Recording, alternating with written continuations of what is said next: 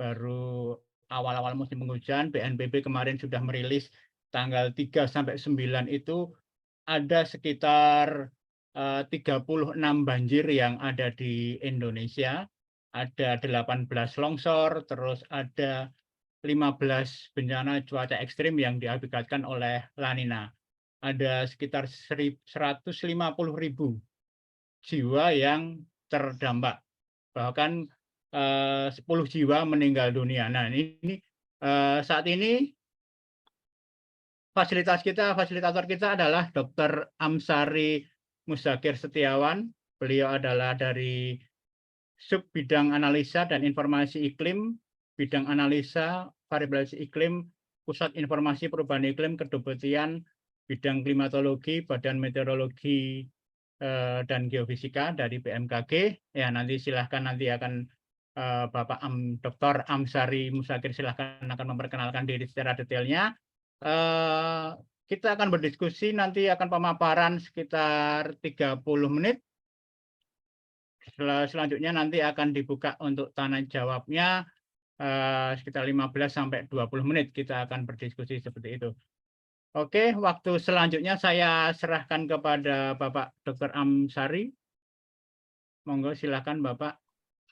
Baik, terima kasih Pak Dion atas waktunya. Oke, Assalamualaikum warahmatullahi wabarakatuh. Selamat pagi Bapak dan Ibu semuanya. Mungkin perkenalkan diri terlebih dahulu. Saya ini namanya Amsari Muzakir Setiawan dari tadi sudah diperkenalkan oleh Mbak Natali juga Pak Dion juga sudah memperkenalkan. Kami dari bidang analisis variabilitas iklim di Kedeputian Bidang Klimatologi.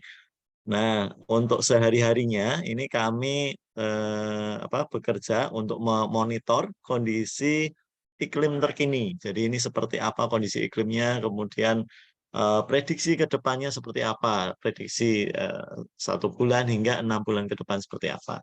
Nah, kali ini kita akan coba berdiskusi terkait bagaimana efek La Nina di Indonesia, serta bagaimana antisipasi dampaknya, terutama untuk masyarakat seperti apa. Oke, tidak berlama-lama, kita mulai saja. Pembahasan kita kali ini nanti ada pendahuluan, kemudian langsung dampak El Nino dan La Nina, karena ini seperti dua sisi mata pisau gitu, jadi tidak bisa dipisahkan antara El Nino dan La Nina. Nah, kita coba lihat bagaimana dampak El Nino dan La Nina itu di Indonesia. Kemudian kita nanti spesifik untuk La Nina-nya sendiri itu seperti apa kondisi iklim di Indonesia.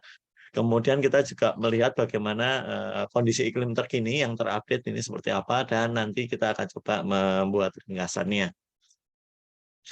Nah, sebelum kita membahas El Nino, La Nina, kemudian dampak La Nina sendiri ke Indonesia, kita perlu mengenal apa saja nih faktor-faktor yang mengendalikan iklim di wilayah Indonesia. Di sana banyak sekali faktor-faktornya, dan kita mengidentifikasi ada beberapa yang dominan. Yang pertama adalah fenomena ENSO atau El Nino Southern Oscillation. Ini terjadi di Samudra Pasifik sebelah timur Indonesia. Ini pada saat El Nino, umumnya uap air yang ada di Indonesia itu terbawa atau disedot di wilayah Pasifik ke sana. Sehingga kalau terjadi El Nino, umumnya wilayah kita cenderung lebih kering. Kemudian di bagian barat wilayah Indonesia, kita mengenal adanya fenomena Indian Ocean Dipole atau dipole mode di Samudra Hindia. Nah, ini juga memberikan pengaruh apakah nanti masa uap air yang ada di wilayah Indonesia itu disedot atau justru mengalami penambahan dari Samudra Hindia sebelah barat Indonesia tadi. Selain yang ada di sebelah timur dan barat Indonesia, kita juga dipengaruhi oleh monsun. Ini biasanya musim ya, monsun Asia dan juga monsun Australia. Jadi kalau misalnya monsun Australia sedang kuat atau sedang bertiup, itu umumnya di wilayah kita, terutama untuk Indonesia bagian selatan ekuator itu dominannya mengalami musim kemarau. Sebaliknya, kalau yang aktif atau yang bertiup ini adalah monsun Asia, misalkan nih pada periode Desember, Januari, Februari, ini yang puncak-puncaknya musim monsun dari Asia, ini wilayah Indonesia umumnya akan mengalami musim hujan seperti itu. Jadi ini gambaran umumnya. Tentunya selain ketiga pengendali iklim lainnya, kita juga dipengaruhi oleh suhu permukaan laut di wilayah kita. Jadi kalau Bapak dan Ibu bisa menganalogikan suhu permukaan laut itu seperti kita memasak air di dalam panci gitu. Jadi kalau kita panaskan, maka air yang ada di dalam panci itu akan lebih cepat atau lebih mudah untuk menguap. Dan kalau penguapannya banyak, maka akan lebih mudah terbentuk awan-awan yang bisa menghasilkan hujan. Seperti itu. Jadi suhu permukaan laut di wilayah Indonesia juga memberikan sumbangsih atau memberikan pengaruh terhadap iklim yang ada di wilayah kita. Nah, di sini ada beberapa listing kejadian El Nino yang pernah terjadi di antaranya tahun 63, 72, 82 sampai dengan 2015. Sedangkan kalau La Nina ini kita bisa catat beberapa kejadian La Nina yang lumayan besar yaitu tahun 88, 98, 2010. Kemudian 3 tahun terakhir ini cukup menarik. Jadi 3 tahun terakhir ini kita mengalami fenomena La Nina yang 3 tahun berturut-turut. Yang sebelumnya ini hanya beberapa saja terjadi. Jadi sangat jarang bahwa La Nina bisa terjadi 3 tahun berturut-turut. Nanti seperti apa kondisi kita saat ini dan bagaimana dampaknya, kita coba lihat berikutnya. Nah, ini gambaran umum apa itu yang dimaksud dengan ENSO. Jadi ENSO itu adalah El Nino Southern Oscillation yang ada di Samudra Pasifik sebelah timur Indonesia. Jadi di sini ada pergerakan kolam hangat gitu yang menyebabkan eh, massa udara yang ada di wilayah kita itu memperoleh tambahan dari Samudra Pasifik itu biasa kita sebut sebagai La Nina atau justru mengalami pengurangan gitu. Jadi massa udara yang mengandung uap air yang ada di wilayah kita itu ditarik di wilayah timur kita. Sehingga pada saat El Nino itu umumnya kondisi kita kering, sedangkan pada saat La Nina karena kita memperoleh tambahan pasokan uap air yang berpotensi hujan itu umumnya lebih basah atau lebih banyak hujannya seperti itu. Dan untuk mengetahui apakah saat ini El Nino atau saat ini La Nina itu kita menggunakan indeks. Indeks ini dihitung berdasarkan suhu permukaan laut di wilayah Pasifik tropis bagian tengah. Ini kita sebut sebagai Nino 34. Nah, ini di wilayah Pasifik tropis bagian tengah. Kita rata-ratakan anomali suhu permukaan laut di sana. Kalau dia nilainya lebih dari 0,5 itu disebut sebagai kondisi El Nino, sedangkan kalau dia negatif nilainya itu kita disebut sebagai kondisi La Nina, seperti itu. Nah, ini gambarannya. Yang atas itu adalah pada saat kondisi El Nino dan yang bawah pada saat kondisi La Nina. Indonesia ada di sini nih. Nah, pada saat El Nino, ini massa udara yang ada di Indonesia umumnya bergeraknya turun ke bawah. Jadi akan sulit untuk terbentuk awan-awan yang berpotensi hujan. Sebaliknya, untuk wilayah Samudra Pasifik tropis bagian tengah sana, ini pertumbuhan awannya masif, ini tinggi sekali sampai ini biasanya awan-awan yang bentuknya seperti ini, hujannya akan deras dan disertai dengan guntur atau kilat atau petir seperti itu.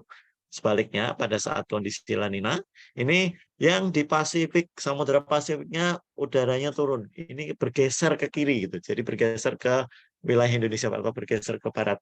Jadi di wilayah Indonesia ini pertumbuhan awannya masif banyak dan umumnya awannya tebal-tebal dan tinggi gitu. Jadi akan lebih banyak potensi hujannya di wilayah kita. Ya, ini pada saat kondisi La Nina. Nah, ini tadi bagaimana kita menentukan apakah El Nino atau La Nina yang terjadi di saat ini. Kemudian bagaimana sejarahnya atau catatan iklim kita seperti apa ENSO di yang terjadi beberapa puluh tahun yang lalu. Ini kita coba melihat bagaimana kondisi ENSO dari tahun 1990. Jadi selama 30 tahun terakhir ini seperti apa kondisinya. Nah, ini tadi ini anomali di Nino 34 ini pergerakannya seperti ini.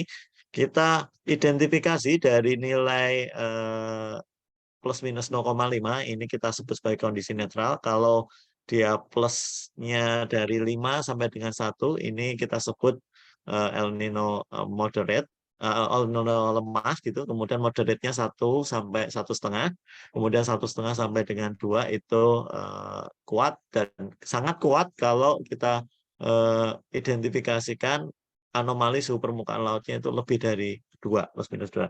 Dari tabel ini kita bisa identifikasi mana tahun-tahun mana saja terjadi El Nino dan tahun-tahun mana saja terjadi La Nina. Dan berdasarkan catatan ini ternyata di sebelum-sebelumnya itu El Nino dan La Nina memiliki periode sekitar periode ulang atau kejadiannya sekitar 4 atau 3 atau 6 tahun sekali lah. Tapi pada akhir-akhir ini kita cek catatannya ini lebih semakin sering terjadi. Jadi El Nino dan La Nina semakin ke sini akan semakin sering terjadi. Ini berdasarkan catatan historisnya atau sejarahnya, sehingga akan meningkatkan potensi bencana hidrometeorologis. Tentunya bencana ini ada pada saat El Nino itu bencana hidrometeorologisnya dominannya kekeringan, sedangkan pada saat La Nina umumnya banjir, kemudian tanah longsor yang berkaitan dengan curah hujan yang tinggi. Nah, ini tentunya perlu kita waspadai. Kemudian ini contoh untuk dampak El Nino di Indonesia. Ini dari penelitiannya Pak Supari di tahun 2017. Ternyata ini tidak serta-merta kalau terjadi El Nino curah hujannya naik. Nah, ini misalkan kalau segitiganya ke bawah ini curah hujannya turun. Jadi tidak serta-merta kalau El Nino itu curah hujannya turun. Ternyata ada juga yang naik ini, misalkan di Kalimantan Barat. Ini naiknya sekitar 20 sampai dengan 40%. Meskipun pada secara umumnya gitu di Indonesia mengalami segitiganya kebalik atau curah hujannya turun. Nah, ini bisa bervariasi antara periode waktu yang satu dengan periode waktu yang lain. Ini kita JJA itu maksudnya adalah bulan Juni, Juli, Agustus. Kemudian SON itu periodenya September, Oktober, November. DJF itu Desember, Januari, Februari, dan MAM itu periode Maret, April, Mei. Nah, di sini kita bisa melihat bagaimana El Nino dan La Nina itu mempengaruhi wilayah kita. Nah, ini dampak La Nina di Indonesia, ini seperti ini, sama seperti mirip-mirip yang tadi. Ini kalau dampak La Nina di wilayah Indonesia, umumnya mengalami peningkatan curah hujan ya. Ini baik di bulan Juni, Juli, Agustus, September, Oktober, November. Nah, menariknya ini justru di bulan Desember, Januari, Februari, dan Maret, April, Mei, ini bervariasi antara satu wilayah dengan wilayah yang lain. Nah, ini kalau misalkan di periode JJA ataupun SON itu curah hujannya naik secara umum, meskipun ada beberapa yang turun ya. Ini misalkan untuk di wilayah NTT ini curah hujannya turun sekitar 40%. Padahal kondisinya La Nina yang umumnya harusnya banyak hujan. Nah, misalkan di periode Desember, Januari, Februari ini hanya wilayah tertentu saja yang mengalami kenaikan curah hujan dibanding dengan rata-ratanya. Nah, ini meskipun demikian ini tetap perlu diwaspadai karena periode Desember, Januari, Februari ini adalah periode puncak musim hujan. Jadi meskipun secara rata-ratanya meskipun dampak La Ninanya tidak menambahkan curah hujan yang cukup lumayan di beberapa wilayah, tetapi karena DJF ini adalah puncak musim hujan, maka hujannya sendiri rata-ratanya juga banyak gitu. Apalagi kalau ditambah La Nina, maka dia akan semakin banyak hujannya. Nah, itu yang perlu kita waspadai. Nah, selain El Nino, tadi ada fenomena Indian Ocean Dipole yang ada di wilayah bagian barat Indonesia atau Samudra Hindia Barat Indonesia. Nah, ini dihitungnya ini menggunakan indeks Dipole Mode Index atau DMI, yaitu rata-rata suhu permukaan laut yang di wilayah sebelah timurnya Afrika sini ini dikurangi dengan suhu permukaan laut di wilayah Indonesia sebelah barat Sumatera. Nah, ini dikurangkan kemudian diperoleh nilainya. Nilainya kalau plus minus 0,4 itu netral, kalau plus atau lebih besar daripada 0,4 kita sebut sebagai dipole moment positif.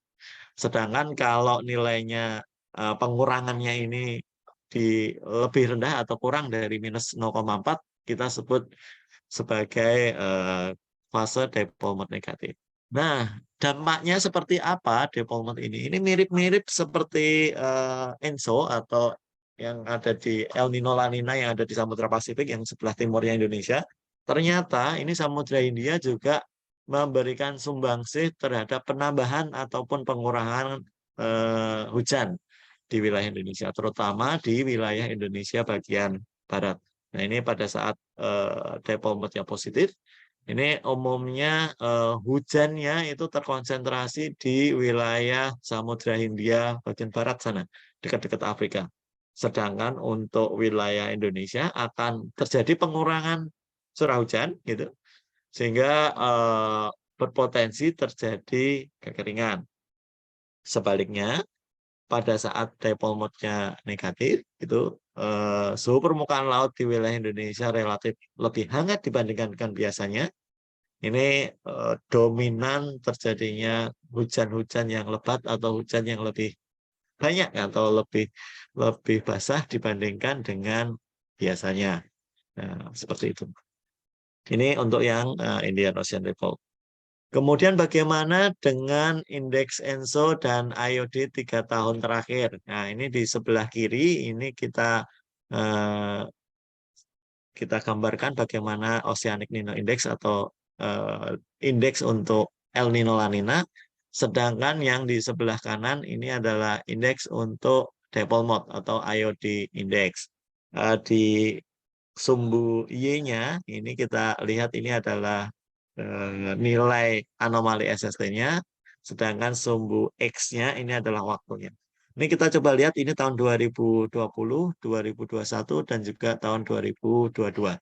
Ini kita lihat bahwa La Nina ini mulai terjadi sekitar periode Juni, Juli, Agustus ini, Juli, Agustus, September ini sudah mulai La Nina lemah. Kemudian sempat mencapai La Nina moderat di tahun 2020 di akhir tahun. Kemudian intensitasnya agak berkurang menjadi lemah dan ada beberapa periode dia kembali netral, sempat netral 2 atau 3 bulan saja sebelum di tahun 2021 kembali La Nina lagi. Nah, ini tahun kedua La Nina di tahun 2021. Ternyata La Nina yang di 2021 itu masih berlanjut sampai dengan 2002 sampai sekarang ini periode Juli, Agustus, September. Ini hasil monitoring kita bahwa La Nina ini masih terjadi. Jadi ini 3 tahun berturut-turut dan beberapa ahli atau beberapa itu menyebutkan bahwa La Nina 3 tahun berturut-turut itu sebagai triple deep La Nina. Nah, ini mungkin ada istilah triple deep La Nina ini. Yang dimaksud triple deep La Nina adalah kondisi La Nina yang terjadi 3 tahun berturut-turut. Bagaimana dengan kondisi di Samudra Hindia? Kita coba cek di Indian Ocean Dipole Mode-nya atau Dipole Mode-nya. Ternyata di tahun 2020 ini dominannya netral saja. Kemudian di tahun 2021 netral, kemudian cenderung negatif gitu. Sedangkan untuk tahun 2022 meskipun ada beberapa waktu yang netral, tetapi yang terakhir ini ternyata dipole mode-nya negatif. Artinya apa?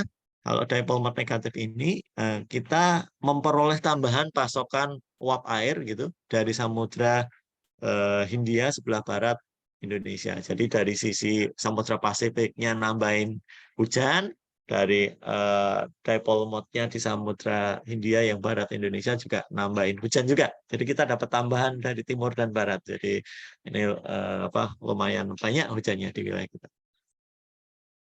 Nah, untuk melihat bagaimana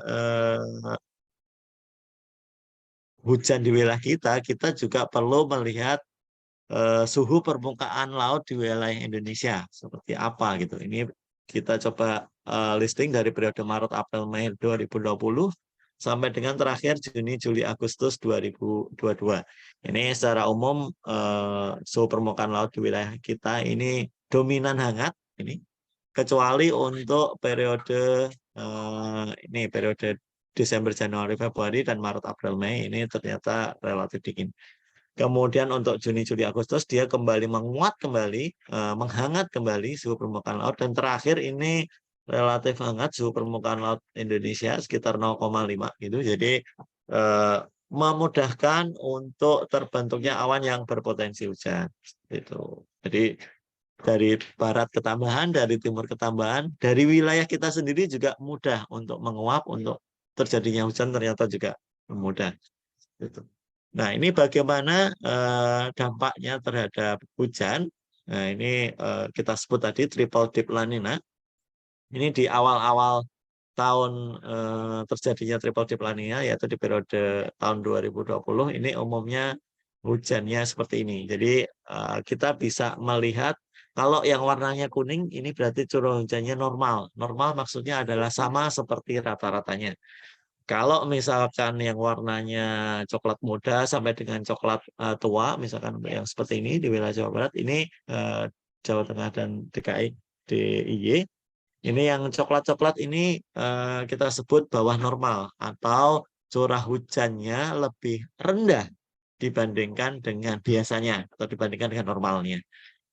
Sebaliknya, kalau misalkan yang warnanya hijau-hijau, ini kita bisa identifikasikan bahwa di wilayah sana hujannya atas normal atau lebih banyak hujannya atau lebih tinggi atau lebih basah hujannya dibandingkan dengan biasanya. Seperti itu. Ini kita coba lihat untuk periode MAM, kemudian Maret, April, Mei, Juni, Juli, Agustus, dan September, Oktober, Novembernya. Ini Maret, April, Mei-nya masih dominan normal, banyak yang kuning ya. Juni, Juli, Agustus juga ini agak menarik nih. Di wilayah Jawa banyak yang coklat-coklat atau banyak yang lebih rendah curah hujannya, sedangkan untuk wilayah lainnya hujannya dominan atas normal atau lebih basah dibandingkan dengan biasanya. Di periode September, Oktober, November ini mulai merata, hujannya lebih tinggi dibandingkan rata-ratanya, kecuali untuk Sumatera bagian tengah hingga bagian utara, kemudian sebagian Kalimantan dan juga Papua. Nah, meskipun ada juga nih yang di wilayah Jawa Barat, ini hujannya nggak nambah banyak, itu sama seperti biasanya. Oke, kemudian kita coba lihat untuk tahun kedua dari kondisi La Nina. Ini kita lihat Desember, Januari, Februari, Maret, April, Mei, Juni, Juli, Agustus, dan juga September, Oktober, November. Ini kita lihat atau kita catat bahwa untuk periode Desember, Januari, Februari, dan Maret, April, Mei, ini umumnya merata gitu variasinya antara suatu wilayah yang mengalami hujannya di bawah normal, ini misalkan untuk Sumatera, kemudian Kalimantan, dan juga Papua, dan wilayah yang mengalami hujannya atas normal, ini misalkan di Jawa, Bali, NTB, NTT, Sumatera Selatan, bagian barat, ini juga menarik ini, ada berbeda. Sumatera Selatan bagian, Sulawesi Selatan bagian barat umumnya hujannya atas normal atau lebih basah, tetapi untuk Sulawesi Selatan bagian timur ini coklat justru. Dia hujannya malah lebih rendah dibandingkan biasanya. Nah, itu untuk periode DJF. Kemudian untuk periode JJA dan juga SON, ini umumnya dominannya atas normal. Jadi baik di Sumatera, Kalimantan, Jawa, Bali, Nusa Tenggara, Sulawesi, kemudian Maluku, Papua ini umumnya atas normal. Kemudian untuk tahun 2002 ini DJF-nya juga sama, ternyata tidak terlalu banyak penambahan, sedangkan banyak penambahan atau curah hujannya lebih tinggi dibandingkan biasanya, umumnya terjadinya di periode Juni, Juli, Agustus. Nah, ini seperti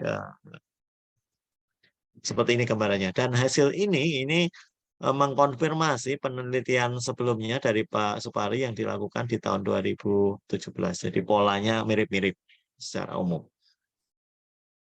Kemudian kita cek bagaimana perkembangan kondisi iklim terkini. Kita coba lihat lagi anomali suhu permukaan laut di dasarian 1 Oktober. Nah, maksudnya dasarian 1 ini adalah 10 hari pertama. Jadi dasarian, kalau kami di iklim itu membagi bulan itu menjadi 3 dasarian. Dasarian 1 itu adalah rata-rata dari tanggal 1 sampai dengan tanggal 10, itu kita sebut sebagai dasarian 1. Kemudian dasarian 2 itu mulai tanggal 11 sampai dengan 20, dan dasarian 3 kita mulai di tanggal 21 sampai dengan akhir bulan. Akhir bulannya bisa 30, bisa 31, bisa 28 atau 29 untuk Februari. Nah, ini gambaran umum apa yang dimaksud dengan dasarian. Untuk 10 hari pertama atau awal Oktober yang lalu, kita lihat untuk anomali suhu permukaan laut di wilayah Indonesia ini dominannya lebih hangat. Jadi lebih mudah untuk menguap dan lebih mudah untuk terjadinya awan-awan yang berpotensi hujan. Dari sisi ENSO-nya di Samudra Pasifik, kita cek bahwa ini SST Nino 34 minus 0,85. Berarti ini masih kondisi La Nina lemah. Di range-nya kan seperti yang disebutkan pada slide sebelumnya. Sedangkan untuk dipole mode-nya untuk wilayah Samudra Hindia ternyata juga kondisinya minus 0,8. Jadi ini kondisi dipole mode-nya juga negatif. Dari sini kita bisa melihat bahwa wilayah kita akan mendapatkan tambahan pasokan uap air dari Samudra Pasifik, tambahan hujan dari Samudra Hindia, dan pertumbuhan hujannya sendiri di wilayah kita juga banyak. Nah, ini bisa menjawab mengapa akhir-akhir ini di wilayah kita itu sudah banyak hujannya. Gitu. Kemudian untuk prediksi beberapa waktu ke depan, ini prediksi ENSO, ini sampai dengan November, Desember, Januari, ini kita prediksikan masih berada pada fase La Nina. Nah, nanti berangsur-angsur menuju ke netral di periode DJF dan JFM. Ini untuk prediksi BMKG. Sedangkan untuk prediksi institusi internasional lainnya, ini juga memprediksi kondisi La Nina masih berpeluang terjadi atau masih berlanjut paling tidak sampai dengan Februari 2023 yang akan datang. Ini untuk ENSO-nya. Untuk IOD-nya sendiri saat ini untuk bulan Oktober, ini kondisinya minus 0,8 di dasarian 1 Oktober tadi, atau disebut sebagai IOD negatif, sehingga potensi terjadi peningkatan awan yang berpotensi hujan. Jadi maksudnya seperti itu di sini. Kemudian untuk beberapa waktu ke depan, BMKG dan juga beberapa institusi internasional lainnya memperkirakan bahwa IOD-nya akan tetap negatif menuju kondisi netral. Dan ini salah satu contoh hasil monitoring kita, monitoring hari tanpa hujan yang berturut-turut sampai dengan 10 Oktober yang lalu. Ini kita cek bahwa untuk wilayah Indonesia umumnya sudah mulai hujan atau mengalami paling tidak ada 1 sampai dengan 5 hari tanpa hujan berturut-turut. Yang menarik ini justru di wilayah Nusa Tenggara Timur nih. Ada yang sampai lebih dari 60 hari tidak mengalami hujan di sana. Nah, ini yang lainnya sudah mulai banyak hujan, tetapi ternyata di wilayah ini di NTT ini ada beberapa lokasi yang masih mengalami hari tidak hujan berturut-turut atau sudah tidak mengalami hujan yang panjang, gitu. Dan tentunya akan berpotensi mengalami kekeringan. Ini untuk analisis terkininya bulan September yang lalu, ini analisis hujannya, dan kemudian kalau dibandingkan dengan normalnya, ini di bulan September yang lalu umumnya adalah lebih basah atau lebih tinggi dibandingkan dengan biasanya. Kemudian untuk awal Oktober ini umumnya hujannya juga sudah kategori rendah, kategori menengah sampai dengan kategori tinggi, meskipun di sini ada juga kategori rendahnya di Papua. Sedangkan kalau kita bandingkan dengan rata-ratanya, ini umumnya dominan curah hujannya atas normal atau lebih tinggi dibandingkan dengan biasanya. Kecuali ini untuk Papua ini agak menarik nih. Papua di awal Oktober ternyata hujannya lebih rendah dibandingkan dengan biasanya. Kemudian ini analisis bagaimana perkembangan musim hujan yang terjadi di wilayah kita. Ini umumnya musim hujan sudah masuk sekitar 48% wilayah zona musim kita sudah masuk, sedangkan 35% wilayah lainnya ini masih mengalami musim kemarau. Nah, ini yang menarik, ada yang warna putih ini. Warna putih ini adalah tipe satu musim atau dia mengalami musim hujan sepanjang tahun. Jadi yang warna-warna putih ini tidak tidak mengalami tidak jelas perbedaan antara musim hujan dan musim kemarau-nya, dia umumnya dominan musim hujan sepanjang tahun. Tetapi untuk yang wilayah khusus untuk wilayah Sulawesi Tengah ini dominannya adalah kering sepanjang tahun atau musim kemarau sepanjang tahun. Nah, ini yang unik dari iklim di wilayah kita. Ini tabular atau rekapitulasi jumlah zona musim di masing-masing pulau besar. Kemudian ini beberapa perakiraan hujan dasarian sampai dengan awal November yang akan datang. Ini sifatnya umumnya masih cenderung atas normal gitu. Sehingga kita perlu tetap waspada untuk 1 bulan ke depan. Masih terutama untuk yang sifat hujan yang warna hijau-hijau ini kita perlu waspada juga. Kemudian kita juga membuat perakiraan hujan bulanan sampai dengan April tahun 2023. Ini umumnya memiliki kecenderungan hujannya akan naik sampai dengan Januari, kemudian Februari, Maret sudah mulai agak-agak turun, dan April juga mulai turun.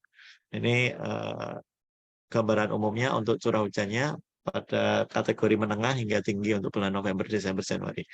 Sedangkan kalau kita bandingkan dengan biasanya, ini hujan di wilayah kita ini untuk bulan November umumnya juga atas normal gitu, lebih tinggi dibandingkan dengan biasanya. Untuk bulan Desember, Januari ini hujannya relatif sama dengan normalnya. Meskipun ada beberapa wilayah yang perlu waspadai karena hujannya lebih tinggi dibandingkan biasanya. Kemudian untuk bulan Februari, Maret, dan April juga cenderung hujannya relatif sama dengan normalnya. Nah, ini perlu kita waspadai ya, meskipun kalau dibandingkan dengan rata-ratanya sifatnya ini normal, tetapi kalau kita lihat slide sebelumnya, ini perakiraan curah hujan bulanannya, dari sisi curahnya atau jumlahnya ini di bulan Desember, Januari, dan Februari itu jumlah curah hujannya tinggi gitu. Jadi tetap perlu kita waspadai. Kemudian ini kita coba cek beberapa peluang curah hujan tinggi atau curah hujan yang dalam 1 bulan di atas 300 mm per bulan. Ini untuk bulan November cukup banyak peluang kejadiannya di wilayah Kalimantan, Jawa, Bali, kemudian Januari, Februari, Maret, dan April. Jadi meskipun tadi dari sifatnya itu normal, tetapi peluang curah hujan tingginya atau 300 mm per bulannya ini peluang terjadinya sangat besar. Paling tidak sampai dengan awal tahun depan. Nah, ini kita perlu waspada. Kemudian ini tadi gambaran umum bagaimana perakiraan awal musim hujan di Indonesia dan wilayah mana saja yang dalam 1 bulan yang akan datang akan mengalami atau akan masuk musim hujan. Nah, ini kita identifikasi di wilayah Jawa, kemudian Bali, Nusa Tenggara, Sulawesi, Sumatera ini Aceh, kemudian Maluku bagian utara, dan sebagian Papua ini sebentar lagi akan masuk musim hujan. Untuk puncaknya sendiri, puncak musim hujan kita prediksikan akan terjadi di periode Desember, Januari. Ini seperti ini gambaran umumnya, mana-mana saja wilayahnya. Ini yang warnanya hijau itu yang nanti akan puncak hujannya Desember, dan warnanya biru itu yang puncak hujannya nanti terjadi di bulan Januari maupun Februari. Nah, secara umum ini kita bisa meringkas bahwa iklim di Indonesia tidak hanya dipengaruhi oleh ENSO saja, tetapi ada faktor lain. Misalkan ini IOD, kemudian monsun, kemudian anomali suhu permukaan laut yang ada di wilayah Indonesia. La Nina sendiri memiliki efek yang beragam. Ini bervariasi terhadap lokasi wilayah dan juga periode waktu. Jadi tadi ada yang pada saat La Nina hujannya naik, pada saat La Nina ada juga yang hujannya turun. Kemudian meskipun secara umum ini La Nina dapat menambah curah hujan yang turun sehingga akan memiliki sifat hujan yang lebih basah dibandingkan dengan normalnya. Jadi secara umum, meskipun tadi bervariasi, tapi secara umum La Nina ini bisa menambahkan jumlah curah hujan yang jatuh ke wilayah kita. Selain La Nina pada 3 tahun terakhir, tadi 3 tahun terakhir ini juga dipengaruhi oleh suhu permukaan laut yang hangat untuk wilayah Indonesia. Kemudian IOD negatif tadi juga turut memberikan sumbangsi terhadap penambahan hujan, paling tidak selama 3 tahun terakhir. Nah, ini untuk kondisi dasariannya, ini kondisi saat ini La Ninanya lemah. Kemudian untuk beberapa waktu ke depan, kondisi La Nina lemah masih akan terus terjadi paling tidak sampai dengan Februari. Sedangkan untuk IOD-nya saat ini negatif dan beberapa waktu ke depan diprediksi masih cenderung negatif. Untuk analisis hujannya umumnya berada pada kategori menengah hingga tinggi, kemudian dengan sifat hujannya normal hingga atas normal. Sedangkan untuk perkembangan musim hujannya sekitar 48,6% wilayah Indonesia ini sudah masuk musim hujan. Sedangkan wilayah yang wilayahnya ini detail ada di Sumatera, kemudian Kalimantan dan seterusnya. Ini wilayah detail mana saja yang sudah mengalami musim hujan. Untuk perakiraan curah hujan paling tidak 1 bulan ke depan ini berada pada kriteria rendah dan menengah. Meskipun demikian, ada beberapa wilayah yang diprediksikan akan mengalami curah hujan yang tinggi. Ini contohnya adalah wilayah Aceh, sebagian Sumatera Utara, Sumatera Selatan bagian selatan, kemudian sebagian Kalimantan Utara dan juga Papua bagian barat.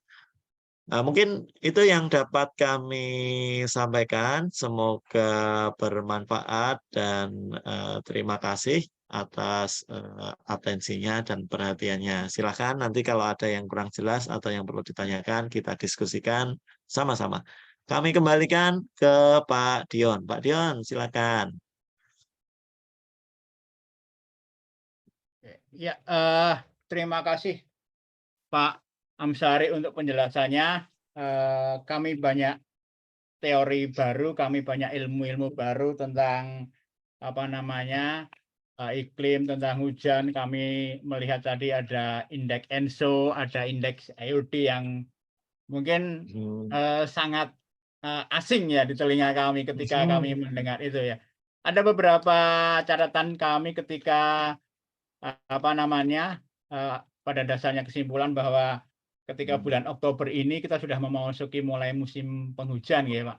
Pada penghujan di 48,6% kita akan menurunkan dengan kategori menengah dan tinggi. Nah, itu yang perlu kita waspadai. Jadi Bapak Ibu silahkan yang akan bertanya, kami buka untuk forum tanya jawab. Silahkan bertanya apa yang perlu diketahui dari Bapak Ibu. Silahkan mengangkat tangan bisa. Saya sudah bertanya di kolom chat, Mas Dion. Oh ya, ya Pak Broto, terima kasih. Ini ada pertanyaan dari Bapak Broto. Perkenalkan, saya Bapak Inu Subrata dari YU bertanya kepada Bapak, situasi La Nina El Nino bisa diprediksi atau diketahui sebelumnya oleh pihak BMKG? Apakah informasi ini juga selalu diinformasikan? Oke, monggo Pak Anu bisa langsung dijawab sambil menunggu lainnya. Baik, terima kasih matur nuwun Pak Broto atas pertanyaannya. Izin menginformasikan bahwa sebenarnya BMKG secara rutin mengupdate paling tidak setiap 10 hari itu mengupdate bagaimana kondisi iklim terkini. Jadi informasi ini biasanya kita sampaikan ke instansi-instansi yang berwenang. Tetapi kita sebagai masyarakat umum dapat dengan mudah, Pak, sebetulnya untuk mengakses informasi ini. Saya mungkin izin share screen. Informasi ini sebetulnya bisa diperoleh dari website BMKG. Misalkan, nah saya coba lihat, ketik saja BMKG gitu. Nanti di sana ada iklim, kemudian informasi dinamika atmosfer. Nah, informasi dinamika atmosfer ini akan muncul seperti ini, analisis dinamika atmosfer, kondisi terkininya seperti apa. Jadi ENSO-nya seperti apa, IOD-nya seperti apa, anginnya sendiri seperti apa, kemudian prediksi ke depan seperti apa, dari prediksi sebulan sampai dengan prediksi 6 bulan ke depan. Nah, ini untuk yang versi non-interaktifnya. Kalau mau versi yang interaktif lagi, itu ada yang di website iklim.bmkg.go.id. Nah, ini di sini lebih lengkap gitu. Ini ada beberapa, ada peringatan dini juga, peringatan dini iklim ekstrim, ada peringatan dini kekeringan meteorologis, peringatan dini curah hujan tinggi. Ini kita bisa lihat wilayah mana saja yang perlu kita waspadai paling tidak 1 bulan ke depan. Ini seperti apa? Ini kalau dari sini yang perlu kita waspadai di wilayah Papua, kemudian Sumatera Utara ini. Ada di Kabupaten Labuan Batu Utara, kemudian mana ini yang interaktif, sifatnya interaktif. Kemudian sumber lain itu kita bisa lihat atau kita bisa gunakan aplikasi Info BMKG, Pak. Jadi di Android kita search saja aplikasi di Google Play Store-nya. Ini sudah tersedia di Play Store dan juga iOS. Tinggal cari Info BMKG gitu. Jadi di sana selain informasi iklim juga ada informasi gempa bumi, informasi cuaca terkini itu juga ada di sana lengkap. Seperti itu. Semoga menjawab. Matur nuwun, Pak. Oke, baik, terima kasih. Ternyata memang sudah secara IT-nya sudah cukup ya Pak, cukup banyak juga ya. Ada Iya, BMKG, Pak. kita sudah bisa melihat semuanya itu. Oke, terima kasih. Pertanyaan dari Pras ada di chat, apakah semua negara mengalami fenomena La Nina dan El Nino? Terus bagaimana kita mengantisipasi atau mengurangi dampak dari La Nina dan El Nino tersebut? Demikian, Pak. Baik, terima kasih. Saya mohon izin menjawab kembali bahwa sebetulnya tadi fenomena El Nino maupun La Nina, ini saya coba share screen lagi ya Pak ya, biar lebih jelas. Izin bentar, yang ini dulu. Nah, sebetulnya fenomena fenomena El Nino dan La Nina ini tidak hanya mempengaruhi wilayah Indonesia saja. Jadi wilayah lain itu juga memberikan memperoleh impact atau dampak dari kondisi El Nino maupun La Nina. Ini misalkan kalau Indonesia bertambah, ini juga geser nih. Misalkan pada saat La Nina, ini gampangnya di wilayah kita hujannya banyak, di Amerika bagian tengah dan selatan itu juga banyak hujannya. Sedangkan pada saat El Nino ini juga di sana hujannya sedikit. Sedangkan untuk yang di Afrika ini hujannya banyak. Sedangkan untuk La Nina yang di wilayah kita kondisinya lebih banyak hujan, ternyata La Nina ini di Afrika itu justru menyebabkan penurunan curah hujan seperti itu, Pak. Jadi tidak hanya kita saja yang mengalami dampak El Nino maupun La Nina, tetapi seluruh dunia ini karena fenomenanya adalah fenomena global. Seperti itu mungkin yang dapat kami sampaikan. Terima kasih. Oke, terima kasih untuk penjelasannya, Bapak. Monggo Bapak Ibu, apakah ada yang mau ditanyakan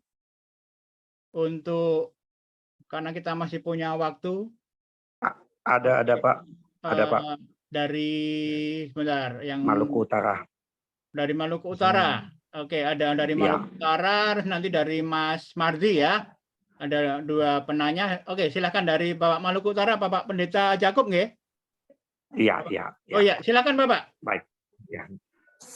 Saya hanya ingin mendapatkan gambaran kabupaten kami berhadapan dengan Pasifik di depan, secara khusus Morotai yang merupakan wilayah pintu Pasifik.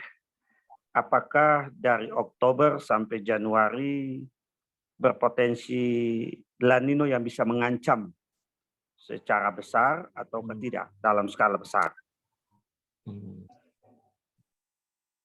Saya kira itu. Baik. Halo? Ya, jadi La Nina dengan El Nino, ya. Apakah dia mengancam dalam skala besar atau tidak? Karena kita di Pasifik di depan ini. Ya, baik. Baik, Oke, monggo Pak. izin langsung merespon ya Pak Nggih, Dion. nggih, langsung dijawab aja Pak. Nggih. Baik, terima kasih Pak Pendeta Yakob atas pertanyaannya. Jadi sebetulnya El Nino dan La Nina ini memberikan dampak atau pengaruh secara langsung di Indonesia. Ini terutama untuk wilayah Indonesia bagian tengah dan timur, Pak.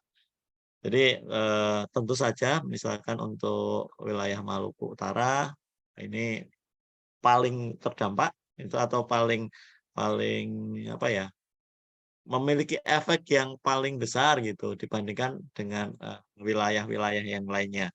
Saya coba share screen yang ini lagi. Nah, ini mudah-mudahan sudah terlihat pada saat El Nino, misalkan untuk wilayah Maluku, kemudian Maluku Utara, ini umumnya terjadi penurunan hujan, sedangkan pada saat La Nina, kita coba cek La Nina ini, dia curah hujannya akan naik, segitiganya besar ini Pak, segitiganya besar berarti curah hujannya akan naik lebih dari 40% dibandingkan rata-ratanya. Nah, ini untuk yang ini Maluku Ternate ini kalau nggak salah posnya atau pengamatannya. Demikian pula untuk wilayah-wilayah Indonesia bagian tengah dan timur lainnya ini tidak konsisten ya, justru lebih konsisten dari periode Juni, Juli, Agustus, September, Oktober, November hampir sepanjang tahun dipengaruhi oleh La Nina atau El Nino ini. Sedangkan untuk wilayah lain dia tidak konsisten, kadang dia nambah, kadang dia kurang. Tapi khusus untuk wilayah Indonesia bagian tengah dan timur ini ternyata konsisten, lebih konsisten. Kalau La Nina dia nambah hujan yang cukup lumayan, kalau El Nino dia mengurangi hujan, jadi tidak terpengaruh oleh waktu. Sepanjang tahun dia akan terpengaruh oleh La Nina. Mungkin demikian yang semoga menjawab Pak Jakob. Oke, terima kasih. Apakah sudah menjawab Bapak? Sudah, Pak. Oke, Sudah. oke. Ya, terima kasih. Kita ke next tadi yang sudah angkat tangan Pak Mardi ya. Pak Mardi. Mas Dian Silakan sudah yang saya ditanyakan. chat Oh, pertanyaannya. oh ya, oke. Saya di chat. Di sini juga sudah ada. Bapak ada dua. Saya sudah mencatat ada dua pertanyaan dari Lampung, dari Mas Ud. Seperti pertanyaannya, apakah semua negara mengalami fenomena sebentar. Dari Mbak Linda. Dari Mbak Linda, untuk langkah mengantisipasi kepada masyarakat dari BMKG selain pemberitahuan informasi terkait cuaca, termasuk cuaca ekstrim ke publik, apakah ada upaya antisipasi lain yang dilakukan oleh BMKG? Itu dari Mbak Linda. Terus dari Mas Ud itu, apakah kondisi geografis di setiap wilayah Indonesia seperti di pegunungan, terus dataran daerah pantai itu mempunyai dampak yang berbeda? Maksudnya dalam dampak berbeda terhadap perubahan iklim yang seperti ini. Monggo, dua pertanyaan itu dari Mbak Linda dan Mas Ud. Terima kasih Pak Dion. Ini mencoba menjawab satu-satu dulu ya. Ini yang pertama dari siapa dulu nih, Mbak? Yang tadi yang Mbak Linda dulu mungkin. Langkah antisipasi kepada masyarakat dari BMKG selain pemberitahuan informasi terkait cuaca ke publik, apakah ada upaya antisipatif lainnya? Nah, kalau BMKG ini sifatnya instansi yang memberikan informasi awal, Mbak Linda. Jadi untuk action-nya itu sebetulnya lebih ke instansi-instansi terkait.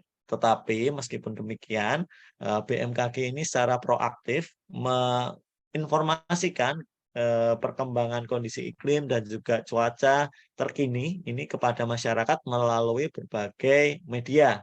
Salah satunya media sosial, bisa Twitter, bisa Instagram, kemudian yang lainnya itu banyak sekali informasi-informasi yang kita sampaikan ke masyarakat. Jadi tidak perlu masyarakat itu menunggu dari instansi lain gitu. Jadi langsung dari BMKG juga sudah ada gitu tersedia. Tadi dari webnya juga sudah ada, dari media sosialnya juga ada Facebook, kemudian yang lainnya itu juga banyak sekali saluran media sosial resmi BMKG yang mungkin tidak bosan-bosan gitu memberikan informasi terus-menerus kepada publik dengan harapan bahwa publik ini terinformasi lebih awal, lebih cepat sehingga dapat segera melakukan langkah antisipasi yang diperlukan. Kemudian izin menjawab pertanyaan dari Prasetya dari Palu, apakah semua negara mengalami La Nina El Nino? Tadi sudah. Ya, tadi Pak. Kemudian Yang mengantisipasi dimaksud, Pak. dampak, ya, di chat saya coba melihat satu-satu. Kemudian dari Pak Masud, apakah kondisi geografi di wilayah Indonesia mempunyai dampak yang berbeda? Tentu berbeda. Nah, ini contohnya untuk kondisi gunung sendiri. Kita kalau perhatikan, kalau kondisi gunung, ada gunung yang besar gitu, kemudian angin bertiup di sana, biasanya ada wilayah yang di depan gunung itu hujannya lebih banyak. Itu kita sebut sebagai daerah hujan gitu, yang ditangkap anginnya, daerah yang menghadap angin itu biasanya hujannya lebih banyak. Tetapi ada wilayah lainnya yang di balik gunung itu cenderung kering gitu. Jadi padahal musimnya hujannya sama gitu. Contohnya ada di Sulawesi Selatan ini. Sulawesi Selatan itu ada, mungkin saya tunjukkan gambarnya dulu. Untuk Sulawesi Selatan di sana ada pegunungan Bawah Karaeng ya, yang membujur utara selatan. Nah, kita coba lihat bagaimana analisis hujannya. Nah, ini ternyata untuk wilayah timur dan barat pegunungan tadi memiliki dampak yang berbeda pula. Ini saya coba cari-cari mana ya yang tadi ya. Nah, jadi secara langsung maupun tidak langsung ini pengaruh topografi, adanya pegunungan, kemudian adanya darat dan pantai ya. Ini mungkin yang terlihat lebih jelas yang dampak di bulan Desember nih, Desember, Januari, Februari. Nah, ini kita bisa lihat di bagian barat dan timur Sulawesi Selatan ini dampak El Nino-nya atau dampak La Nina-nya berbeda 3 tahun terakhir. Nah, ini yang sebelah baratnya ini banyak hujan atau lebih banyak hujannya, sedangkan yang di sebelah timurnya ini hujannya malah justru lebih rendah dibandingkan dengan rata-ratanya. Nah, mungkin itu komentar atau respon yang dapat kami sampaikan atau informasi yang dapat kami tambahkan. Kemudian saya izin mengecek chat yang lain. Ini ada Pak Mulyono dari Bengkulu. Izin terkait dengan wilayah yang terjadi hujan sekarang terkesan memiliki wilayah cakupan yang sempit sehingga adanya banjir kiriman. Apa yang menjadi penyebab utama? Oke, begini Pak Mulyono. Untuk hujan sendiri, meskipun tadi kita kalau dari BMKG itu menginformasikannya bagaimana hujan yang akan terjadi nanti. Kemudian hujan yang terjadi nanti apakah lebih banyak dibandingkan biasanya atau lebih sedikit dengan dibandingkan biasanya, itu atas normal atau bawah normal. Sedangkan nanti kalau hujan itu turun di daratan, itu tentunya respon daratannya akan berbeda-beda. Dengan jumlah curah hujan yang sama, kalau hujan tadi turun di hutan, dengan turun di pemukiman yang landai, kemudian di lereng gunung, itu juga akan menyebabkan dampak yang berbeda-beda. Jadi biasanya kalau meskipun hujannya sama, tentunya faktor yang ada di permukaan bumi lah yang memberikan sumbangsi apakah hujan tadi akan menjadi bencana atau justru akan yang sebetulnya tujuan utama hujan itu adalah membawa berkah bagi kita semua gitu. Jadi tergantung yang ada di permukaan buminya ini gitu. Jadi kita harus benar-benar memanfaatkan hujan yang turun di permukaan bumi. Kemudian izin melanjutkan Pak Dion yang di chat ternyata lumayan banyak pertanyaan tinggal dari satu aja Bapak Pak, Ibu waktu semua. kita juga sudah terbatas. Coba satu Baik, dari silakan. pertanyaan dari Pak Mardi tadi. Pak Mardi yang Baik. bertanya apakah awal musim hujan saat ini aman untuk petani mulai awal tanam atau lebih baik pada bulan apa itu pertanyaan terakhir mungkin yang bisa kita, karena waktu kita juga terbatas. Sebentar lagi kita akan masuk kepada seksi diskusi. Jadi satu pertanyaan lagi, Bapak Ibu jika ada nanti bertanya lagi bisa di chat, nanti akan kami kirimkan ke Pak Amsari, mungkin akan bisa dibalas dengan secara chat juga gitu loh. Karena mungkin maaf keterbatasan waktu kita sudah molor. Ya, monggo terakhir dari Pak Mardi tadi Pak. Silahkan monggo. Baik, terima kasih Pak Dion. Ini Pak diskusinya menarik. Ini juga lupa waktu gitu. Oke, izin menjawab pertanyaan atau merespon dari pertanyaan Pak Mardi tadi. Nah, ini juga kita lihat tadi awal musim hujan di wilayah Indonesia kan berbeda-beda, Pak. Jadi tentunya ini kita sesuaikan wilayah mana yang mengalami musim hujan, kemudian komoditasnya yang cocok juga berbeda-beda. Jadi tentunya dari hujan dan juga awal musim hujan dan juga komoditasnya itu akan menentukan kapan waktu tanamnya, kapan waktu mupuknya.